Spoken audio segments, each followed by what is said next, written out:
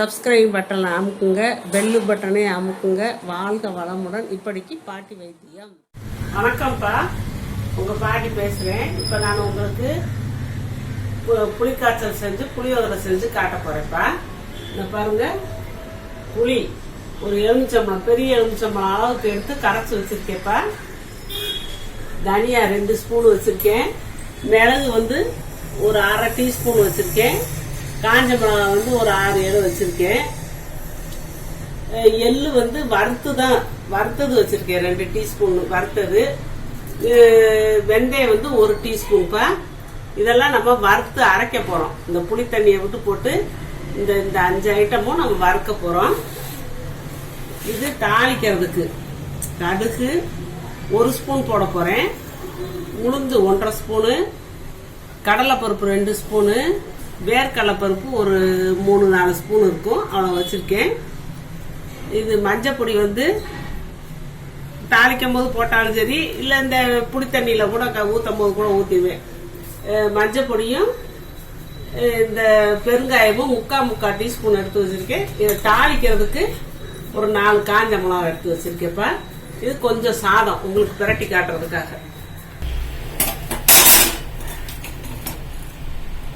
ஒவ்வொன்றும் தனித்தனியா தான்ப்பா வறுக்கணும். இந்த மிளகா வத்தல் மட்டும் ஒன்று போல வறுபடும். அதை மட்டும் நம்ம இப்போ வறுத்துக்கலாம்.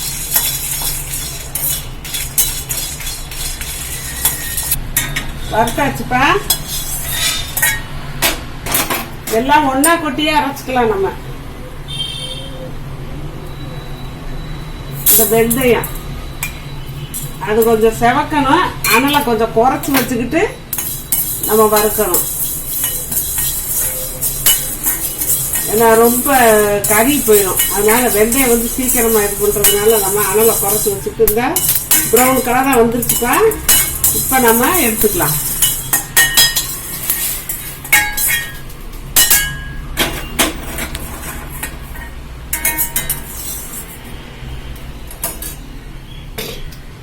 இந்த தனியாவை போட்டு வறுத்துக்கலாம்.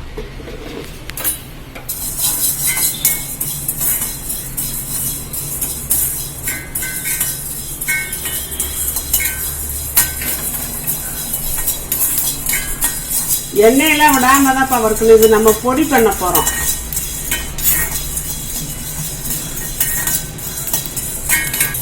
வறுப்பட்டுருச்சுப்பா. அடுப்பு ஆஃப் பண்ணிட்டு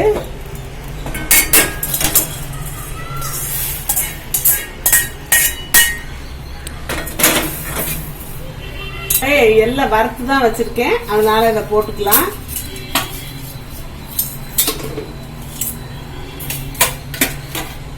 ஆரவும் நம்ம பொடி பண்ணிக்கலாம். இப்ப நம்ம புளிக்காய்ச்சலுக்கு ரெடி பண்ணுவோம்ப்பா.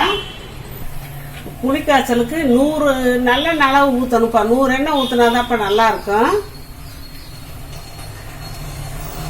100 இருக்கும். அது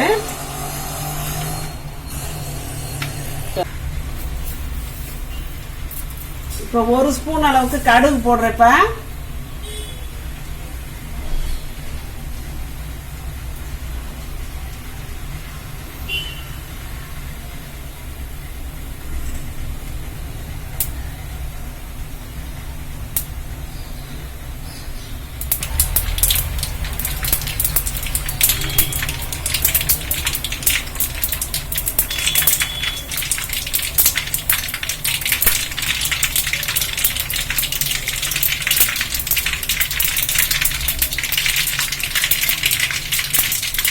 கடுகு வெடிச்சிருச்சுப்பா. இந்த கடலை பருப்பும் இந்த உளுந்த பருப்பும் போடுறேன்.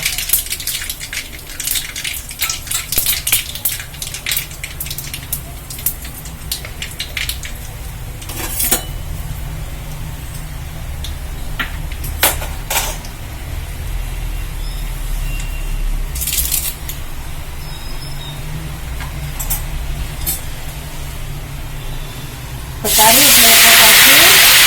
இந்த காஞ்ச மிளகாயை கிள்ளி வச்சுக்கிட்டா அதையும் போட்டுறேன்.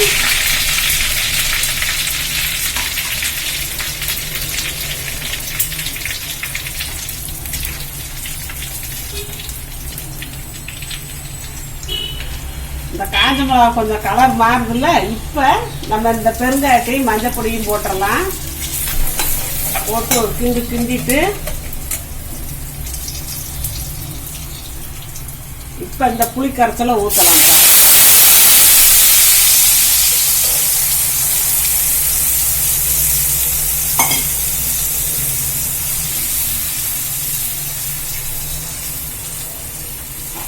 இதுக்கு தேவையான அளவு உப்பு போட்டுக்கலாம்ப்பா.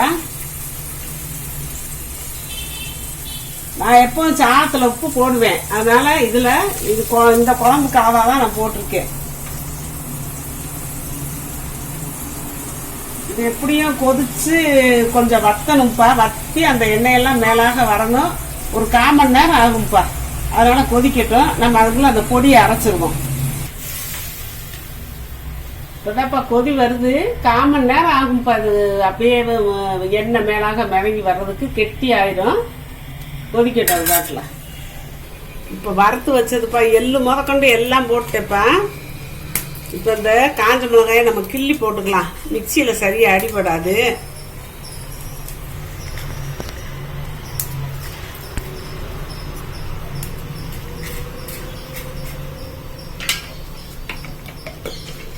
நல்லா முடிஞ்ச அளவு பொடி ஆக்கிக்கலாம்ப்பா.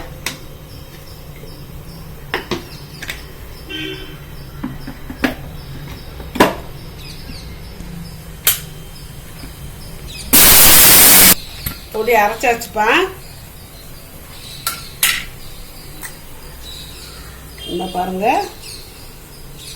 அரைச்சாச்சு. இருக்கட்டும்.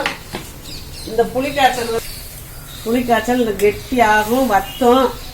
இப்போ நான் வேர்க்கடலை நான் எண்ணெயில் போட்டு வறுக்கலை, தனியாகவே வறுத்து வச்சிருக்கேன். இந்த பாருங்க, தனியாக வறுத்துது. அதனால இப்போ தோலெல்லாம் உடனே வருதுல்ல, நான் எண்ணெயில் அதனால போடல. இப்போ தனியாக போட்டுக்கலாம். இப்போ இது இன்னும் வத்தி வரட்டும். இப்போ புளிக்காய்ச்சல் நல்லா ரெடி ஆயிடுச்சுப்பா. இந்த பாருங்க, எண்ணெயெல்லாம் மிதங்குது. இது எண்ணெய் மிதங்குற அளவுக்கு நம்ம காய்ச்சிக்கிறணும். இப்போ நம்ம அடுப்பை ஆஃப் பண்ணிக்கலாம்.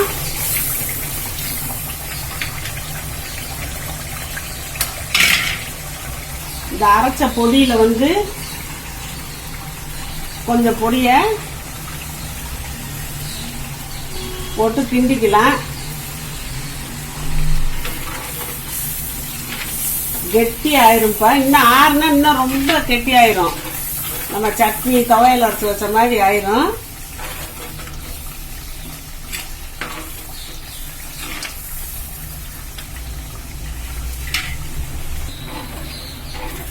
கெட்டி ஆயிரும். நம்ம இதை ஒரு பாத்திரத்தில் எடுத்து வச்சுக்கலாம். இப்போ இதில் ஊற்றி நான் பரட்டி காட்டுறேன். கொஞ்சமாக தான் சாதம் வச்சுருக்கேன், உதிரி உதிரியாக வச்சுருக்கணும். அதில் இந்த எண்ணெயோட இந்த பருப்போட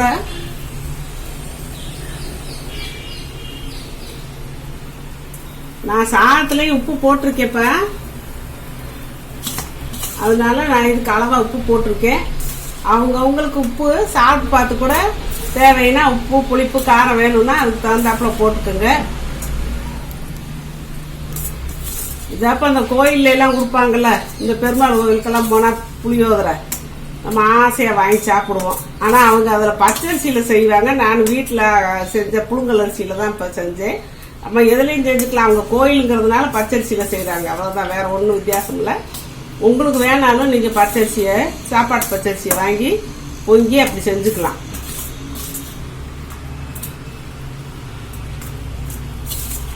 நம்ம சாமிக்கு செய்கிறதா இருந்தால் அந்த மாதிரி சாப்பாட்டு பச்சரிசியை வாங்கி செஞ்சுக்கலாம். இது நம்ம வீட்டில் சாப்பிட்றதுக்கு தான்.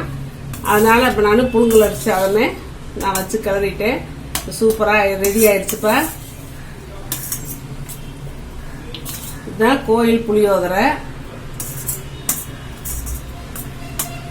இன்னும் இது இந்த வெள்ளையெல்லாம் தெரியாத அளவுக்கு நல்லா ஒன்று போல பரட்டிக்கணும். நீங்கள் காரம் புளிப்பு பார்த்துக்க, காரம் சரியாக தான் இருக்கும். நீங்கள் அந்த உப்பும் புளிப்பும் பார்த்துக்கிட்டு தேவைன்னா ஊற்றிக்கலாம். பத்தலை ஏன்னா கொஞ்சம் குறையவே தான் ஊற்றணும். உப்பெல்லாம் பார்த்துக்க, நான் ஒரு சாதத்தில் உப்பு போட்டிருக்கேன். அந்த புளிக்காய்ச்சலையும் நான் எடுத்து வச்சிருவேன். தேவையானப்ப நம்ம அப்போ அந்த இதை போட்டு லேசாக அந்த பொடியை தூணோம்னா அப்போ தான் ஃப்ரெஷ்ஷாக செஞ்ச மாதிரி இருக்கும். அதனால நான் இதை எடுத்து வச்சுருவேன். ஒரு பாட்டில் காசு போக பாருங்க, பூரா எண்ணெயாக இருக்கு பார்த்தீங்களாப்பா. புளியோதரைக்கு நல்லெண்ணெய் தான் மெயின். அதுதான் டேஸ்ட் கொடுக்கும். அந்த வாசத்தை கொடுக்கறது இந்த பொடிப்பா. புளியோதரை கோயில் புளியோதரைங்கிற வாசத்தை கொடுக்கறதே இந்த பொடி போடுறதுல தான் இருக்குது விசேஷமே. அதனால இப்படி செஞ்சு நீங்கள் புளியோதரையை ரெடி பண்ணி பார்த்துக்கோங்கப்பா இந்த வாரம். இந்த சாதத்திலே நம்ம 2 கருவேப்பிலையை கூட கிள்ளி போட்டுக்கலாம்ப்பா. அது ஒரு பச்சை கருவேப்பிலை போடும்போது அது ஒரு வாசமாக இருக்கும், எல்லாம் கலந்து வரையில். இப்படி கிள்ளி போட்டுக்கிட்டு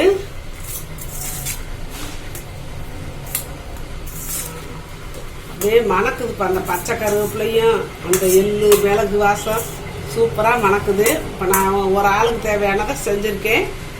நீங்கள் வேணா சாமி கும்பிட்றதுக்குன்னா சாமிக்கு இது பண்ணுறதுன்னா நீங்கள் பச்சரிசி சாப்பாட்டு பச்சரிசியை வாங்கி செஞ்சுக்கோங்க. இது நான் சும்மா வீட்டில் இருக்கவங்க சாப்பிட்றதுக்கு வீட்டில் நான் புழுங்கரிசி அதெல்லாம் பண்ணுவேன். அதை செஞ்சுட்டேன். ரொம்ப டேஸ்ட்டாக இருக்கும்ப்பா. நீங்கள் சாப்பிட்டு பாருங்கள். இந்த பொடி தான்ப்பா வாசனை கொடுக்கறது. இந்த பொடியை மட்டும் மறந்துடாதீங்க. பொடி எப்பவுமே வீட்டில் இருக்கட்டும். நம்ம படக்குன்னு வீட்டில் இந்த பொடி எப்பவுமே கொஞ்சம் சேர்த்து செஞ்சு வச்சுக்கிட்டோம்னா நம்ம படகுன்னு ஒரு புளியோதரை செஞ்சு பொடியை தடவி புளிக்காய்ச்சல் செஞ்சு ரெடி பண்ணிக்கலாம். எங்கேயும் ஊருக்கு போகணும் வரணும் ஒரு இடத்துக்கு போகணும் அப்படின்னா கூட நம்ம செஞ்சுக்கலாம். ஒரு ஆசைக்கு வீட்டில் கூட ஒரு நாளைக்கு செஞ்சுக்கலாம். இந்த மாதிரி செஞ்சு பழகிக்கங்கப்பா. வாழ்க வளமுடன். சப்ஸ்கிரைப் பட்டனை அமுக்குங்க, பெல்லு பட்டனை அமுக்குங்க. வாழ்க வளமுடன். இப்படிக்கு பாட்டி வைத்தியம்.